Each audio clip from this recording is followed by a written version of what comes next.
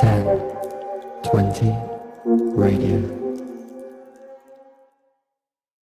Thank you for that selection there, Hongxi. Very, very nice. And I can see why you have that on repeat because it's a great track. So thank you for your suggestion. As you know, I'm not only a guest in your studio, but I'm a guest in your city. I'm staying in London for a few weeks. I only got here yesterday. Today's only my second day. I won't lie, I still feel a bit disorientated and very humbled because it's fucking massive. But I'm curious to see like how it's going to affect my creativity and my mindset, even just in the short space of 2 weeks. I'm curious to see how that affects me. But you came from quite a nice coast city in China. I mean, part of it, Gulangi, the island.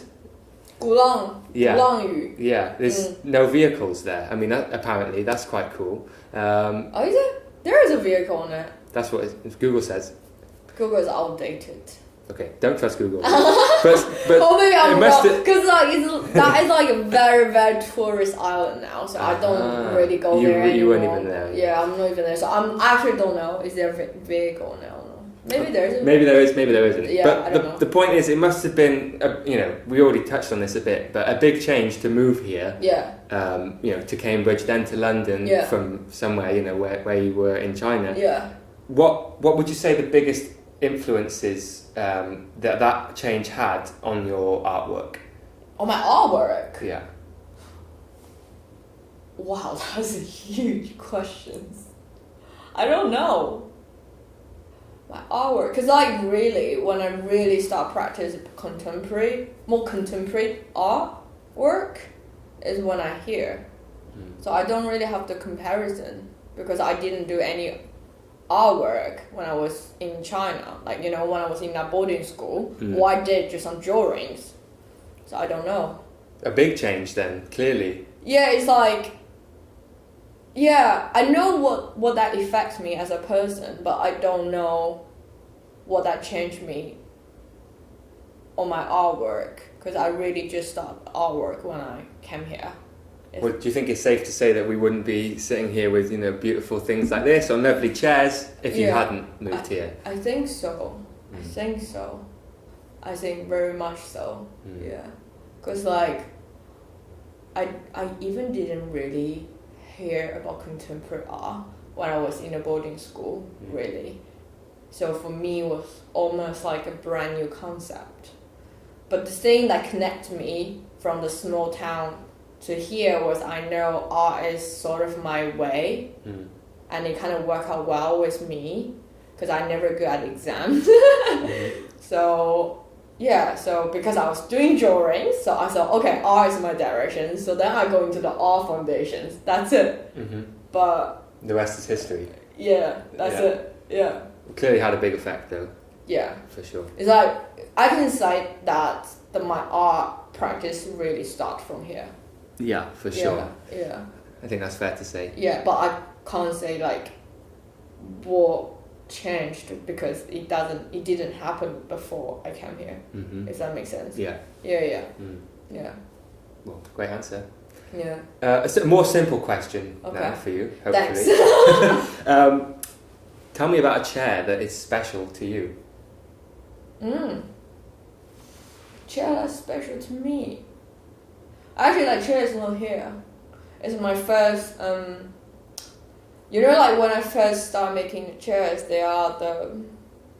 it's not clay. It's for the children's. Oh yeah, plasticine. Plasticine, yeah. I first visualized my ideas of this chair. It was plasticine, and there was colorful. That was inspired by the children playground. So the one chair is the slide. A chair is the uncertainty which you will see from the Dream Rich show. But yeah, there was a colorful. What was that word again? Plasticine. Yeah. But Play-Doh, we call it. Yeah, Play-Doh. Yeah. So that's the very first time making my chair ideas. Yeah, it's just plasticine. Yeah. Did that chair ever get made into a wheelchair? Partially, element. The uncertainty idea is already born at that time. But yeah, I just lately made into the actual thing. Yeah, but when I was using the plasticine, the spring was holding an armchair. But instead of armchair, you have the armchair shape, but you know, like in the playground, you have the ride. Yeah. So you have like the swing, right? handles. Yeah. Yeah. So I put the handles. That's so fun. Yeah. I want to go on that. Yeah, on the armchair, and it's Yeah. on top of spring. So it's not exactly the same, but the spring ideas got used afterwards. It sounds dangerous. Yeah, but you have the handle though.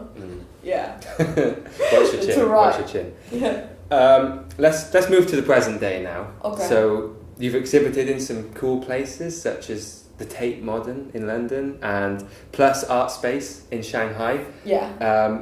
However, last week saw you open your very first site-specific solo show. Amazing. Congratulations. Thank you. It's called Dream Rich. Yeah. I've talked enough. Tell us about it.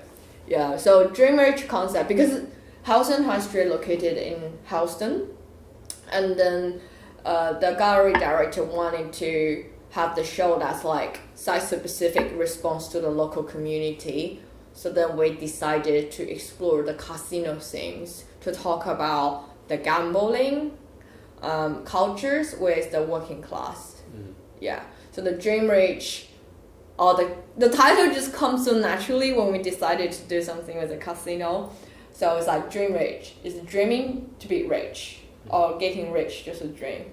Yeah, so the whole show is actually a strip off all the fantasy of the casino into the bare-bone version of it. So we remove all the fancy dreaming lighting, replace it with a natural big windows and white light, so you can see the natural light coming out from the outside. You can see the sunrise, sun goes down. Because you know, in a casino, you kind of lose the sense of time, and you don't see the outside world. Yeah, they have the whole algorithms and yeah, stuff to they make want to trap you into no this- right angles as well. All Exactly. This stuff. Yeah, they want to trap you in that dreaming world.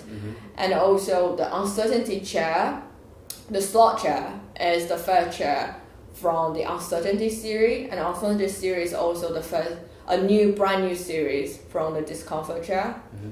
And the slot chair is to bring this risk and uncertainty from gambling to something physical. So you know, like when gambling have the heart racing, but this everything's like kind of like emotional mentally, but uncertainty chair allow it to become something like very physical. Yeah, and then the chair is also sourced from the local casino as well. Yeah, Nice. and also the show. Wait, do I have to go through the details? No, of course not. Yeah. But more to come, and check out the show if you can. Well, where can people see it, and how long is it there for? It's open till the 10th of May, and by appointment only. And the closest station is Wellston Junction, so it's like northwest. Amazing. Congratulations again. Thank you. Oh yeah, by the way, this is the stickers. You probably see them all around. Thank you very much. Yeah. I'll put this somewhere I Yeah. can cherish it. How does it feel to have the support from that Eagle to help you put on this show? It means so much to me. Yeah, it means so much to me. They are literally my favorite curators. The reason why I'm really obsessed working with them is that when I first time chat to them about the shows, I realized how creative they are, and it's very inspiring to work with the people that are very creative and are very professional and obsessed with what they do. Yeah, and also are just like very good friends privately as well. Yeah. Shout out that Eagle. Yes. Heard it here first. On a less serious note to end now, your chairs are beautiful and chic and very unique. I think a lot of people would have them in their homes if they, did not have spine-destroying bends and stuff all over it. And you discussed about how the point of it is that it's not functional. But do you think you have any plans to make some chairs that can be functional for people in the future? I don't know. Yeah, I don't know. And also, all the chairs that I do, they're all based on the classic designs that designed by famous designers. So I just pick them up, the aesthetic that I like, and input my discomfort into the original design. So design's actually not the biggest part of my work, but because maybe I don't know, people really like the chair every time I pick. So maybe I have the eyes. You have good taste. Yeah, I have the eyes for the design, but the design is actually not what I do with the chair. Yeah, what I do is making into sculptural and meaningful, and then communicate the message. Yeah, but I don't know if I can do like very beautiful design. It just design is actually not my thing. Yeah, yeah. Great to hear. Anyway, I'm sure that you can though. Honestly, I'm sure. Maybe in the future, yeah, sure. there might be some like collaboration with the design. But yeah, at the moment, I have no doubt. I'm not doing the design. But yeah, I just pick up great designs. Well, you learned UX in 3 months, so I'm sure Yeah. you could learn design Yeah. in less time. But like, because I'm working with chair, I also understand like how chair being made, and also understand the process of designing a functional object. It's very complicated and a very like strict process as well. But it gave me more ideas how I want to break that system. Yeah, because the other days it was very funny. Like when I was like making the authentic chair.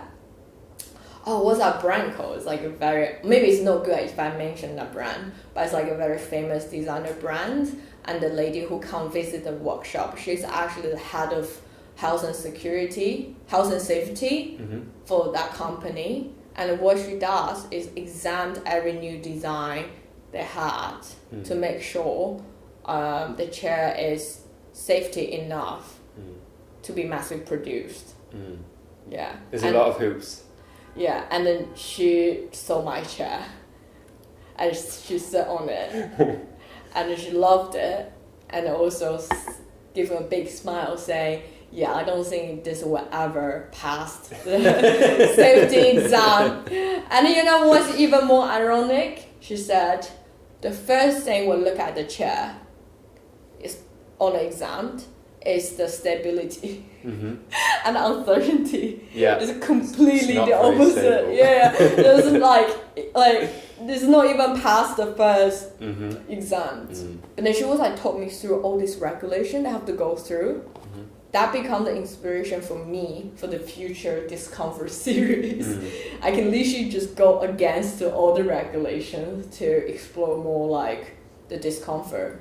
Yeah. I guess it's like very funny how I work with the design system. Yeah, almost like doing the opposite.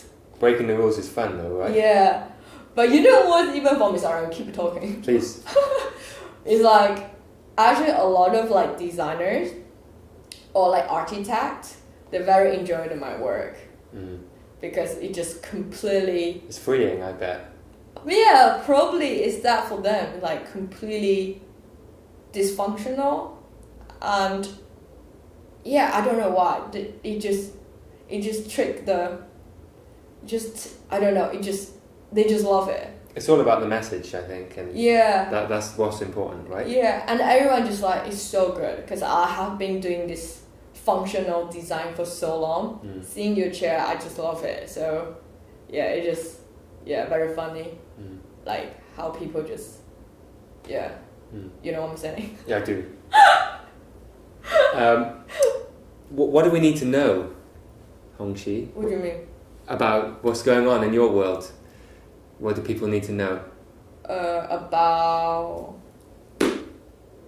Choice is yours. Please come visit the Dream Reach in the Hudson High Street Gallery. And please stay in tune for my next solo show. Nice. And where can people keep up to date with your stuff? Instagram? My Instagram name is Sassy Li. At Sassy Li. Sassy Li, yeah. Are you sassy? She doesn't seem very sassy, I must say. But I don't know. Do you think should I change my Instagram name? I think it works. Sassy. Yeah, you can find me. I'm Sassy Li. You know, it's funny because Johnny, the director of the gallery, sometimes he will call me Hongxi, but sometimes he will call me Sassy. Well, when I saw you, I had to almost Yeah. say. I almost said, Sassy. "Hey, Sassy," but I was like, "That's not your name." I feel like Sassy become my second name or something. Yeah, it's a good it's a good nickname. Do you think it fit with my character? Or like it's like quite different?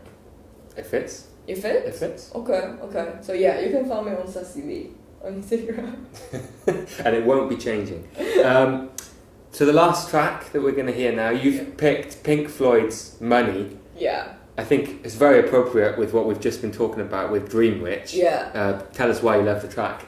It's because actually with Vanessa Martin, who are the founders of the Daego Art and also the amazing curators for my first solo show, they was writing the press release, and that was the same song we were all listening to. So yeah, so we was listening to Money and then writing the press release for the show. It had to be. Yeah, so it's basically the same song, like behind the scene of the whole show. So thank you so much, Hongxi. It's been a pleasure to have you on. Keep up to date at Sassy Li on Instagram. Get down to see Dream Rich before the 10th of May. Yeah. It was honestly so great to chat. Thanks for having us, and see you soon. Thank you, Joe. Thank you, Joe, for your time and coming. 10, 20, radio.